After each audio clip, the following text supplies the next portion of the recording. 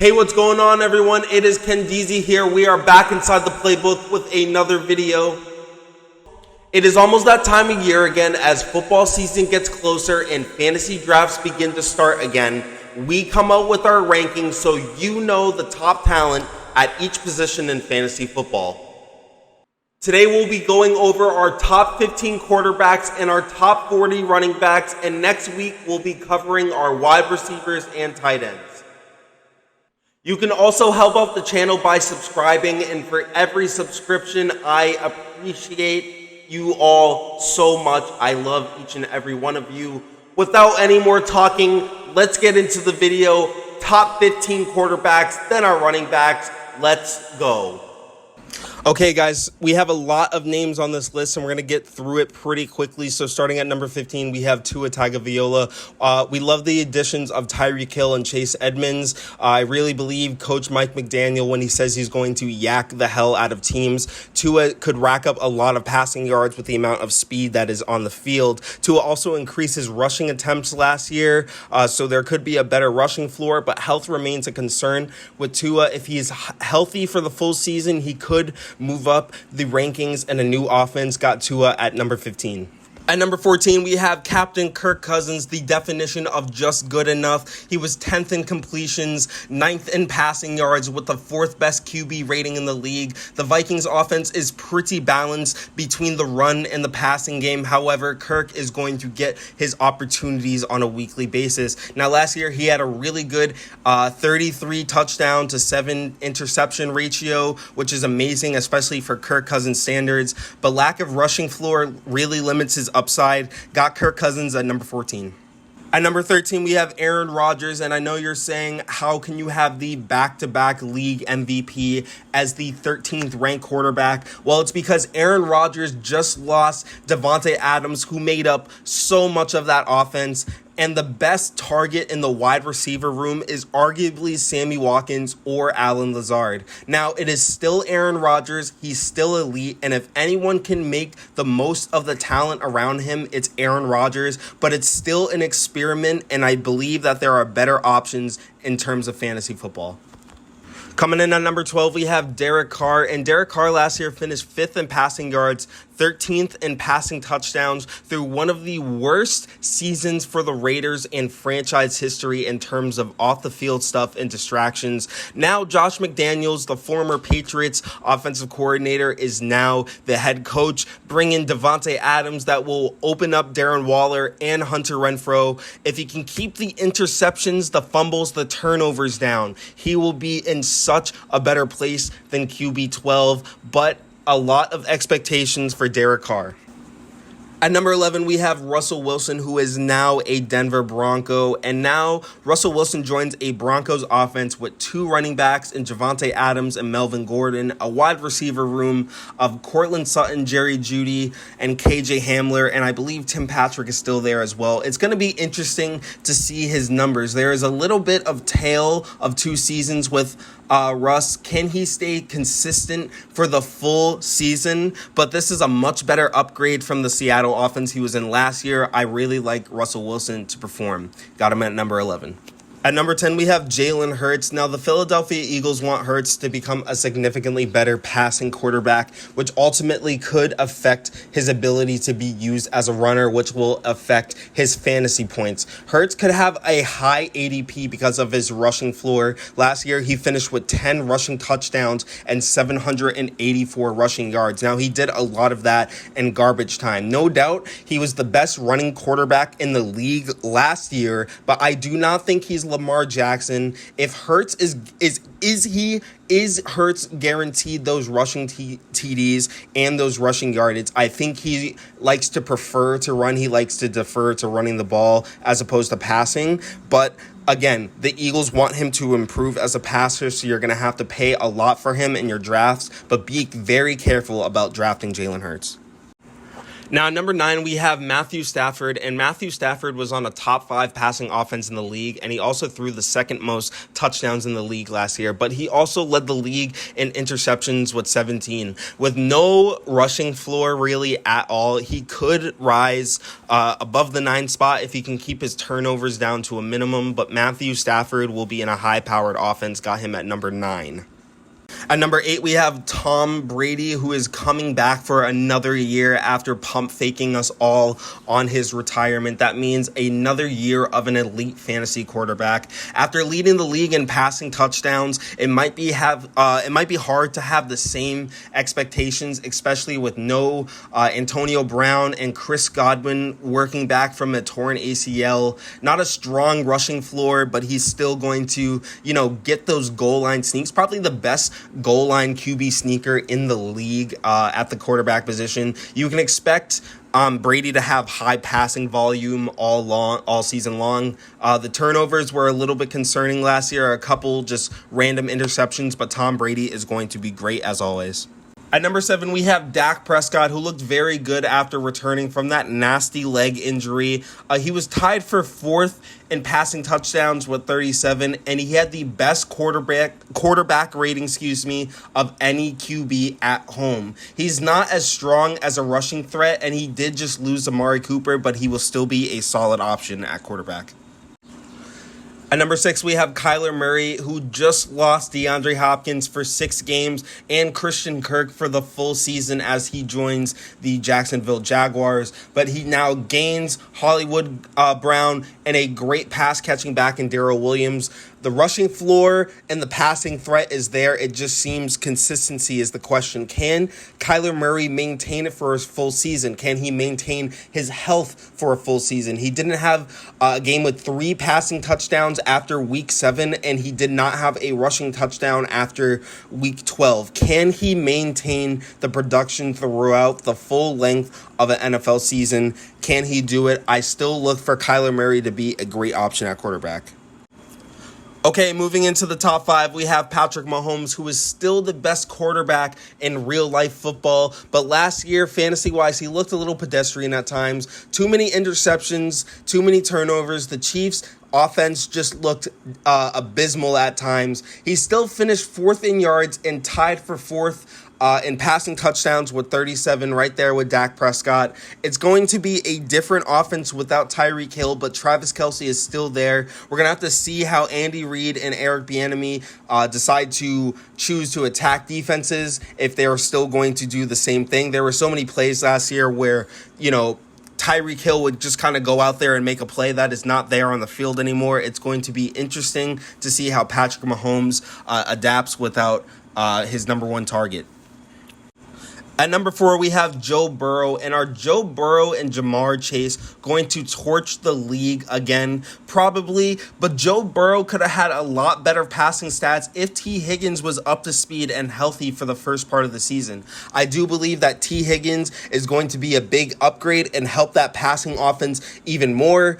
Last year, Burrow was 4th in passes of over 25 yards with 40. This is going to be a high-octane, explosive offense, a lot of passing in this Bengals offense, and with an improved offensive line with pretty much all the same weapons, I expect Joe Burrow to light it up again. Okay, guys, at number 3, we have Lamar Jackson. It is another year of Lamar Jackson in Baltimore, but this year there is no Hollywood Brown. Mark Andrews is still there. They are looking for Rashad Bateman and other targets to step up, but Lamar's value will always be from his legs. I believe that due to changes in the offense, Lamar will look to use his legs a little more than usual, but what is usual? He will, expect to have a high rushing floor for Lamar Jackson, higher than usual. That's why I have him ranked at number 3. You can expect a lot from Lamar this year. At number 2, we have Justin Herbert, and in his second season in the NFL, he threw 38 passing touchdowns, 15 interceptions at 295 yards per game, and he now has the chance to break maybe 40 touchdowns this year. He's not quite the rushing threat that is Josh Allen at number 1, but he can still make plays with his feet. He will pass the ball. Look for Justin Herbert to build on what could be an extremely productive third year in the NFL. My number one ranked fantasy quarterback is Josh Allen. Now, Josh Allen has Stephon Diggs, Gabe Davis, Dawson Knox, Jamison Crowder, Zach Moss in the backfield, Devin Singletary. They just drafted James Cook. There are a lot of weapons on this offense, combined with the arm talent, his running ability, his passing ability that's improved tremendously. There are just so many reasons to like Josh Allen in fantasy football. He is a threat to lead the league in passing, and he's always lurking for a rushing touchdown or looking to use his legs. So Josh Allen could be the number one fantasy quarterback. He is my number one fantasy quarterback, but he for sure has a great chance at finishing number one quarterback. So you all have to let me know what you think about the list. What do you think about the top five? Did I get the top five quarterbacks correctly? We still have a lot of names to go through on the running back side, so we're going to keep this video going. 40 running backs, top 40, PPR. Here we go. Okay, we just went through our quarterbacks. Now it is time for our top 40 running backs in fantasy football. And starting with number 40, we have Nyheim Hines, who is backing up Jonathan Taylor, who was the best running back in fantasy football last year. Hines still hauled in 40 receptions at 8 yards per catch. He's still an excellent pass-catching back. And look for Matt Ryan to check it down to him when he's on the field. At number 39, we have Alexander Mattison, who is one of the best backups in the league. He's only really effective, though, when Dalvin Cook misses times. And while we can't and don't want to predict an injury here on the playbook, the trends have shown that Dalvin Cook is good to miss a game or two per season. Now, Alexander Mattison is one of the best handcuffs in fantasy, and should Dalvin Cook miss extended time, Alexander Mattison will step right into that RB1 role. I really like him as a handcuff. Moving on to number 38, we have Chuba Hubbard. And again, while we don't want to predict an injury, however, should Christian McCaffrey miss time, Chuba Hubbard will step into a lead back role with no competition. He stepped into it last year. He did well, had a couple great monster games. I think he gets involved more as they try to keep CMC healthy, but this could be one player to watch for the season, Chuba Hubbard at number 38. At number 37, we have the man that they call Rojo, Ronald Jones. He is now a Kansas City Chief and will now be in a split backfield with Clyde Edwards-Helaire. The Chiefs are not a heavy running team, so it will be interesting to see how he's used in comparison with Clyde, but he could surprise a lot of people by the end of the season.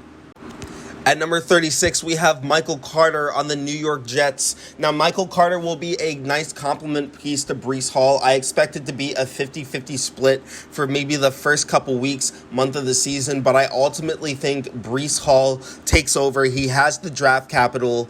He looks good in training camp. I have to see how it looks. Michael Carter at number 36.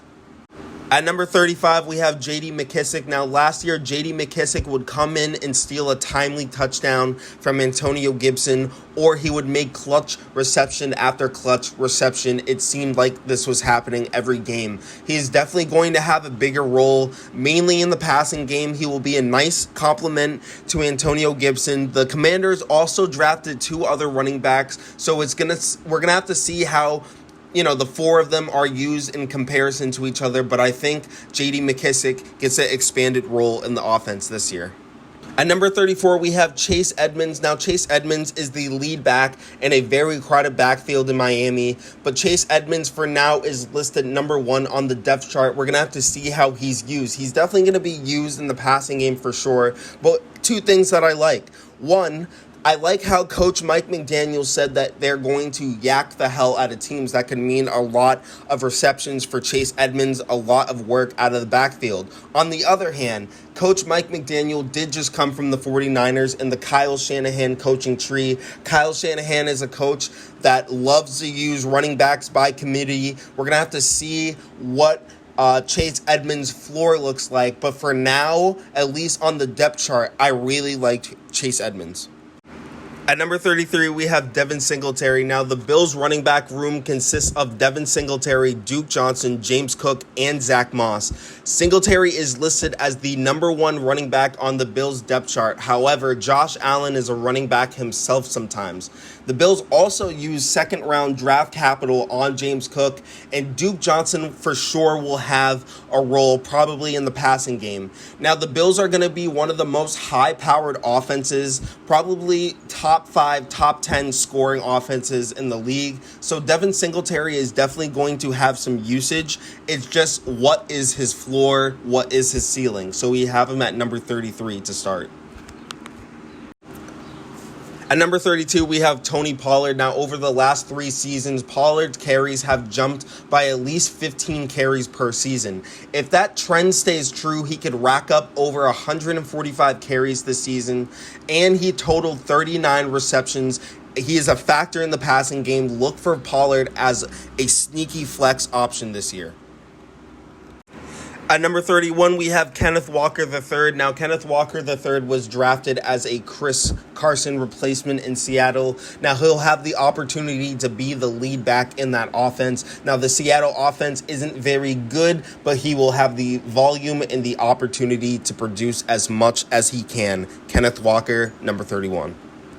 At number 30, we have Miles Sanders, who should be a lot higher on this list, but he plays with Jalen Hurts, who loves to run the ball, and he loves to take rushing work from Miles Sanders and rushing touchdowns from him as well. With the emergence of Boston Scott and Kenny Gainwell, it's going to be tough to see how the 3 of them are used in that backfield, but Miles Sanders should be the lead back. The talent is there. Volume is a question. How much is he going to be used? How many goal line red zone opportunities does he get? He could be very limited. Got him at number 30.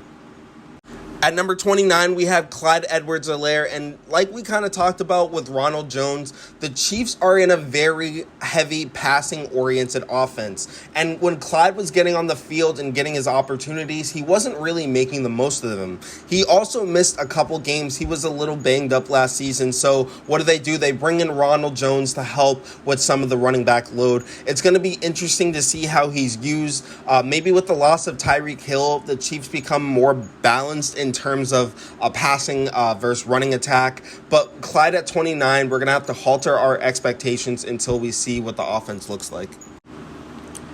At number 28, we have James Robinson on the Jacksonville Jaguars, who ended his season last year with a torn Achilles, and we're unsure if he'll be ready for week 1 or camp, but extremely effective, 767 rushing yards, 222 receiving yards, 8 total touchdowns. The Jags offense will look completely different with the new weapons and coaching, but J-Rob was the only bright spot for the offense last year, and I would like that to continue alongside Travis Etienne. When he comes back, he will be effective. Got him at number 28. At number 27, we have Patriots running back Damian Harris, who was tied for second in the league in rushing touchdowns last year with 15. Josh McDaniels is gone. Matt Patricia is rumored to be running the offense, and it just looks like the Pats offense got a lot more mucky. You can expect major touchdown regression, and there is the emergence of Ramondre Stevenson, but I still think he controls the run game for the Patriots. He's still a decent option.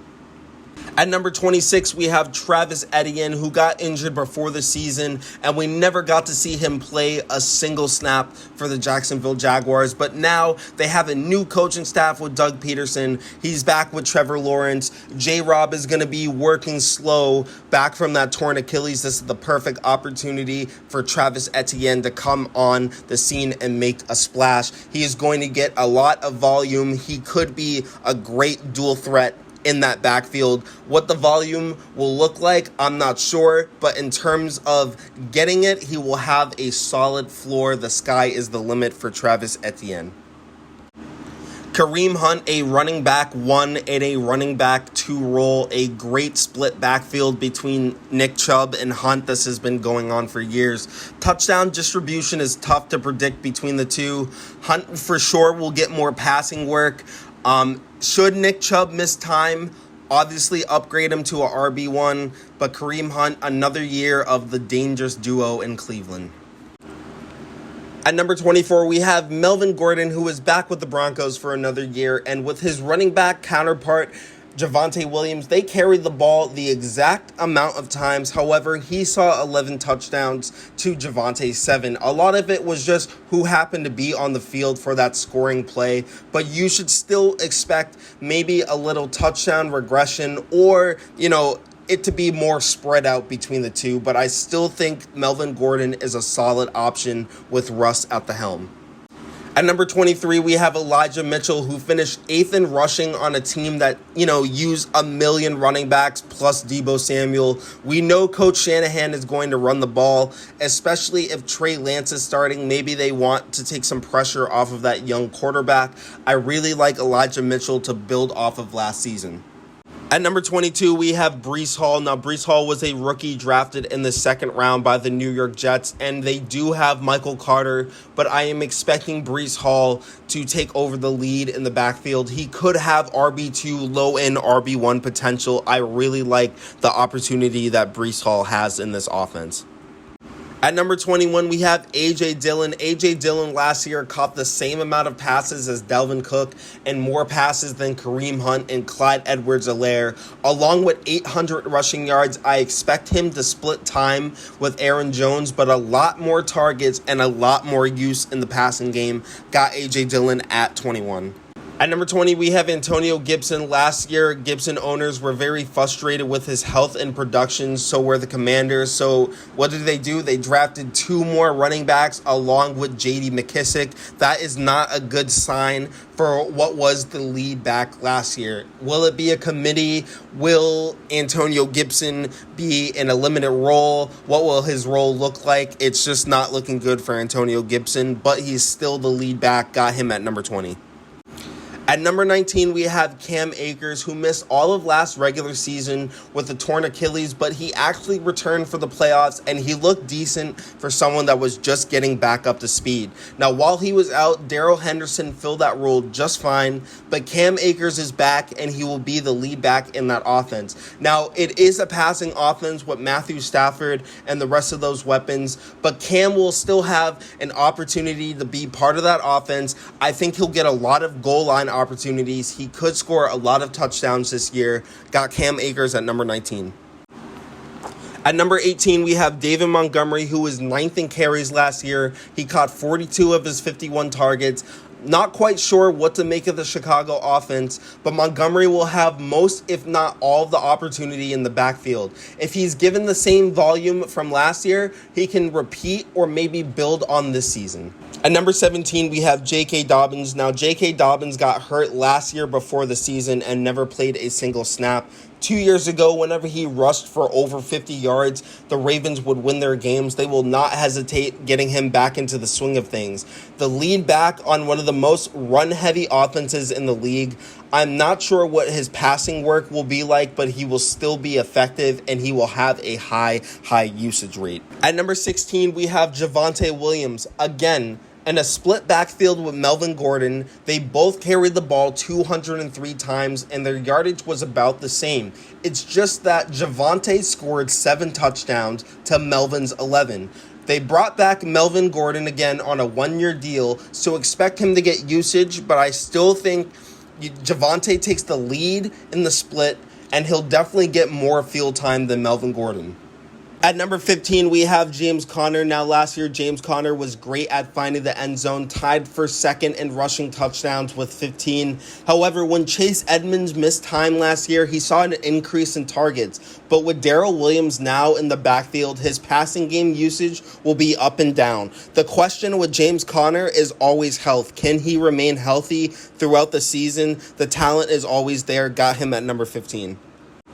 At number 14, we have Ezekiel Elliott, who last year was the 7th best rusher in the league with 1,002 rushing yards and top 10 in receptions for running backs. Now, maybe he's not the workhorse that he used to be, but he's still very good. He could rise to top 10 or top 5 range with increased touchdown numbers and increased productions, but Tony Pollard is lurking. He's still there. I still like Zeke as a workhorse. It's just how much is Zeke going to be Zeke?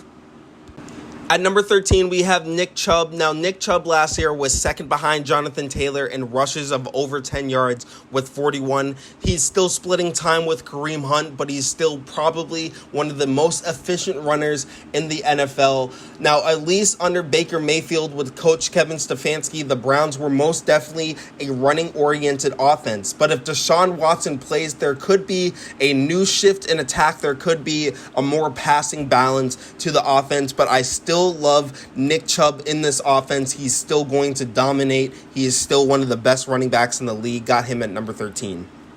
At number 12, we have Saquon Barkley, who is still an elite talent, but how healthy is he? He only had one game of 100-plus rushing yards last season, under 4 yards a carry. He's still going to get most of the volume in the run game and will be used in the passing game and will be used as that feature lead back in the New York Giants offense. But what does his health look like? How much can he stay on the field?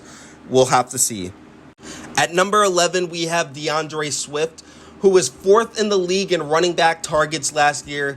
Jared Goff threw check down routes the ninth most times last year at 8.1%. He's going to get a lot of receiving value from Goff. However, a better passing attack, we're going to have to see what happens in terms of Swift's targets, but I still expect him to get a lot of volume in the passing game and in the running game. DeAndre Swift will be a very solid option as always.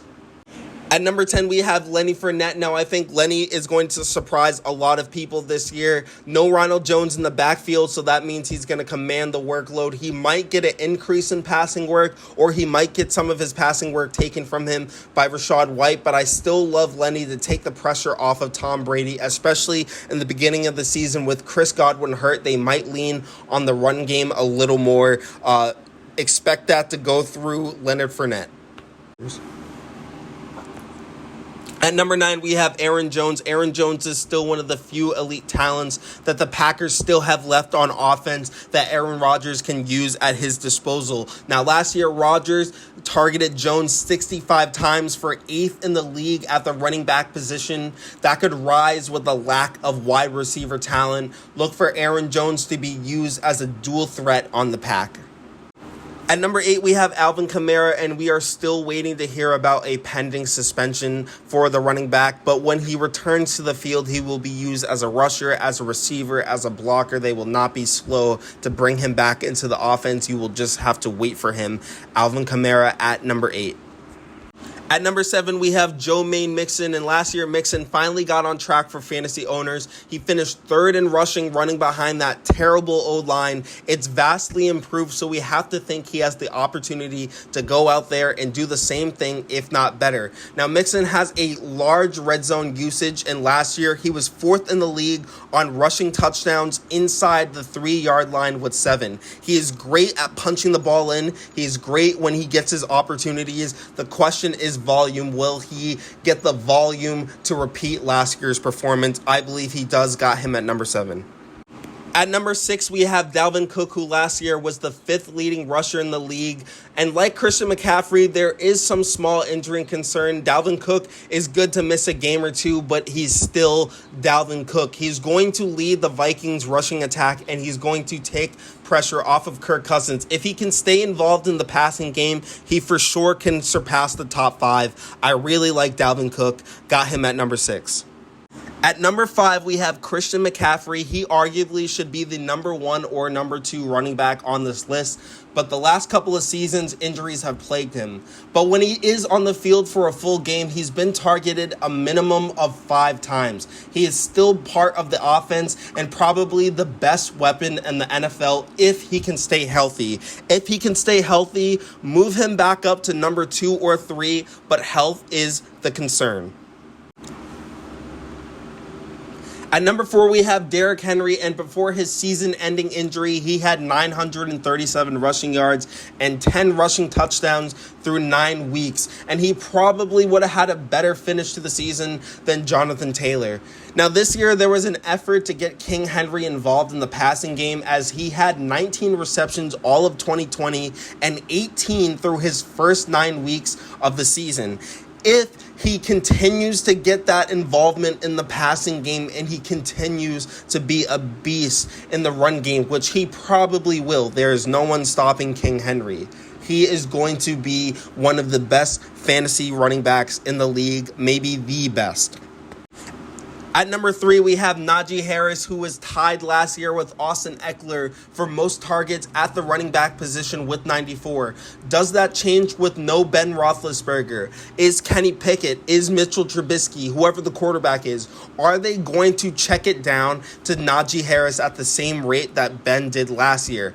Now, Najee last year had the second most carries in the league behind Jonathan Taylor, so he'll be plenty used in the run game, but what does his passing volume look like? Can it remain the same? Got him at number 3. Love Najee Harris though.